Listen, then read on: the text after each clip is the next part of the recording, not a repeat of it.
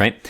So after we have the modifications out of the way, what do we have to do next? Well, for one, we have to build some strength and capacity within the shoulder, right? She's very unstable at this point, right? And painful.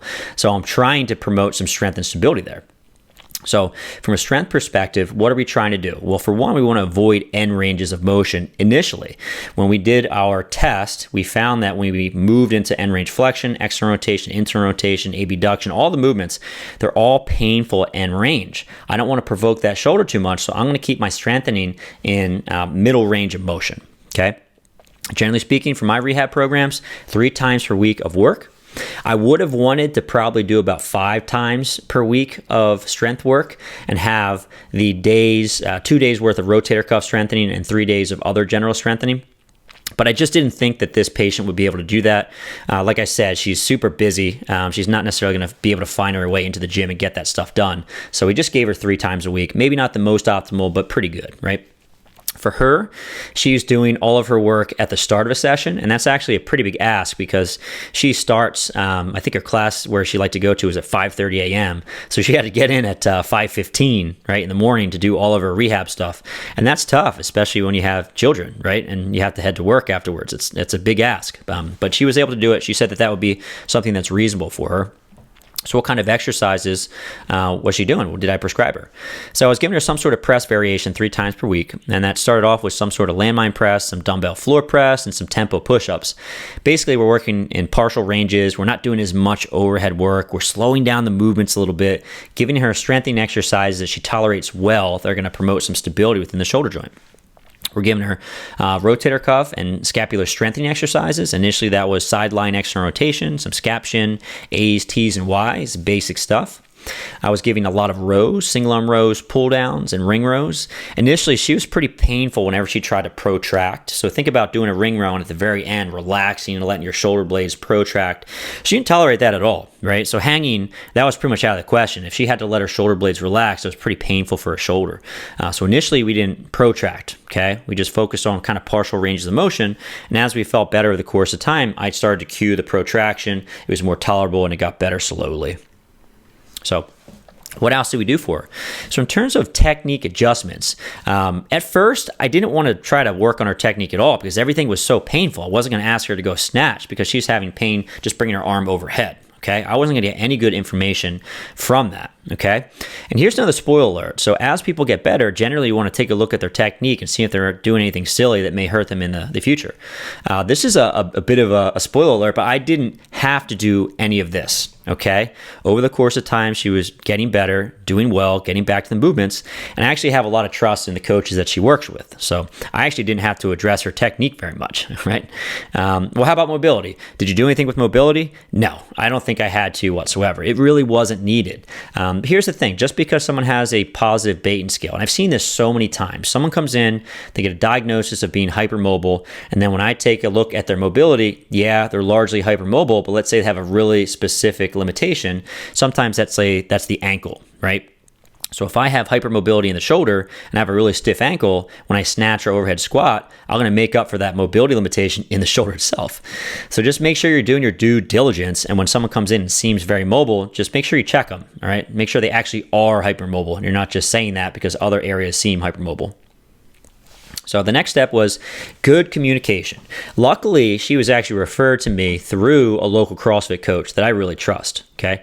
And that's super helpful because I know that we're going to work together to get this person better, and I'm not guessing in terms of what the coach is going to be able to do and what they're going to be able to modify, because oftentimes I think that I'm doing a great job, give them everything they need, and they go to whatever XYZ gym, and I can't communicate with the coaches. Maybe they don't reach back out to me. I don't know who they are. I just can't reach out, and what ends up happening is that they may kind of undermine their progress just by doing a little too much. So make sure you communicate with the coaches. We did in this case. I knew the coach, I have good communication with them. And I made a Google Doc. And in the Google Doc, I put all the strength exercises. I put all of the potential goals from a technique perspective, all the drills I think would be helpful to work on, and all the modifications, so that patient-specific functional scale. And basically, now the coach can go into that doc and say, hey, What should we modify today? Oh, snatches, they typically bother you. What's the modification we're supposed to focus on? Oh, okay, all we have to do is front squat. Great, so load up the bar and we'll do some front squats in this workout.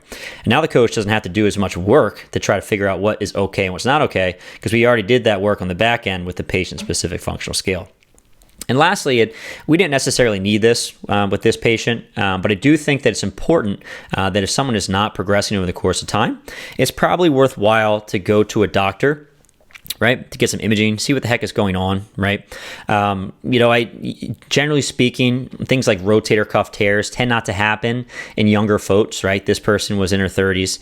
I'm not expecting she has a full thickness rotator cuff tear, but I've been surprised by multiple people, right? I mean, recently, I just had someone reach out to me that was looking for some help. We tried a lot of rehab over the course of time. Things weren't progressing, went to the doctor, full thickness rotator cuff tear at the age of 35.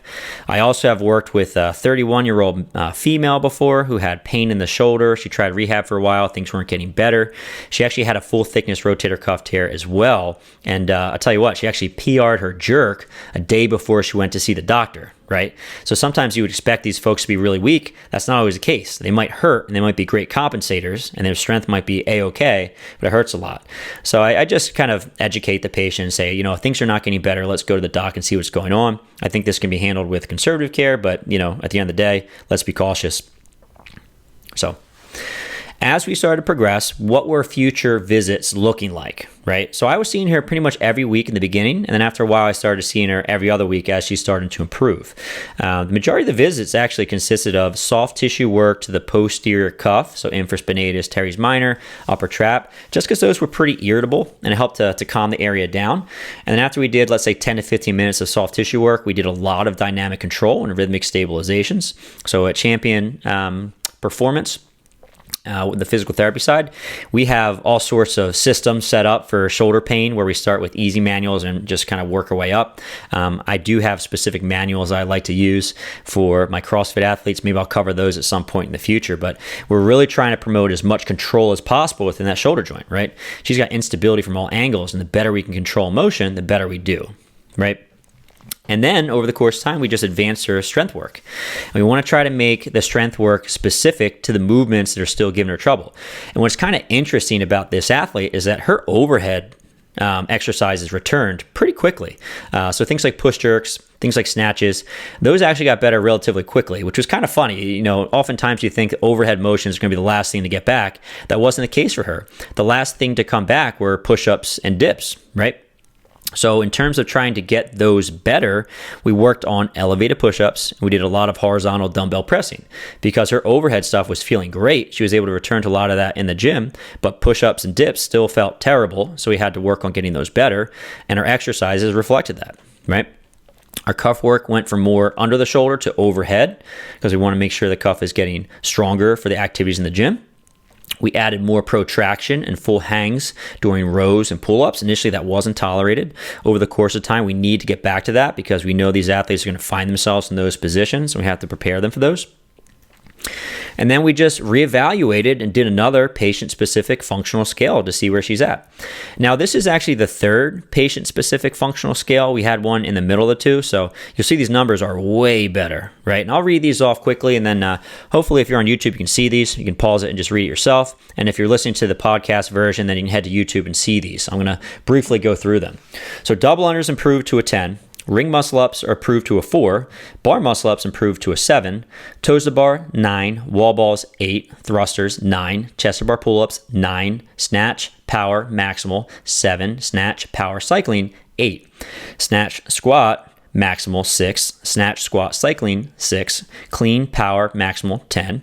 Clean, power, cycling, 10. Clean, squat, maximal, 10. Clean, squat, cycling, 10. Deadlifts are 10. Box jumps 10, burpees 5, overhead squats 8, jerks maximal 6, jerk cycling 8, rows 10, push-ups 4, push press 8, shoulder overhead 8, handstand push-up 6, lunges 10, single arm snatch 8, strict pull-up 9, rope climb 8, dumbbell clean and jerk 8.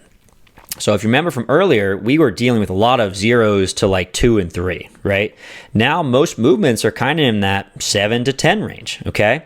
And generally speaking, when athletes are an 8 or above, I'll allow them to do those movements within class, Okay, if they're below that 8, we'll modify. And we don't have to modify very many things.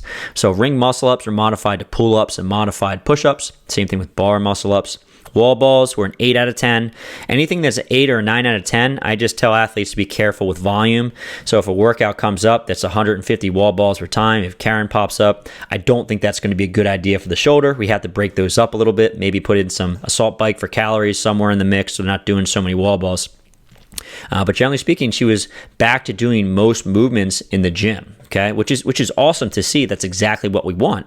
And then what we do is we update this patient-specific functional scale every time it's performed, every month or so, and we send it back to the coach. So the coach now knows, okay, let's start progressing to this, okay, but okay, this still we can't advance yet. This is still hurting, right? So let's continue going here. So how did this end up finishing, right? So as we got further and further into her rehabilitation and she's feeling better and better, what happened from that perspective?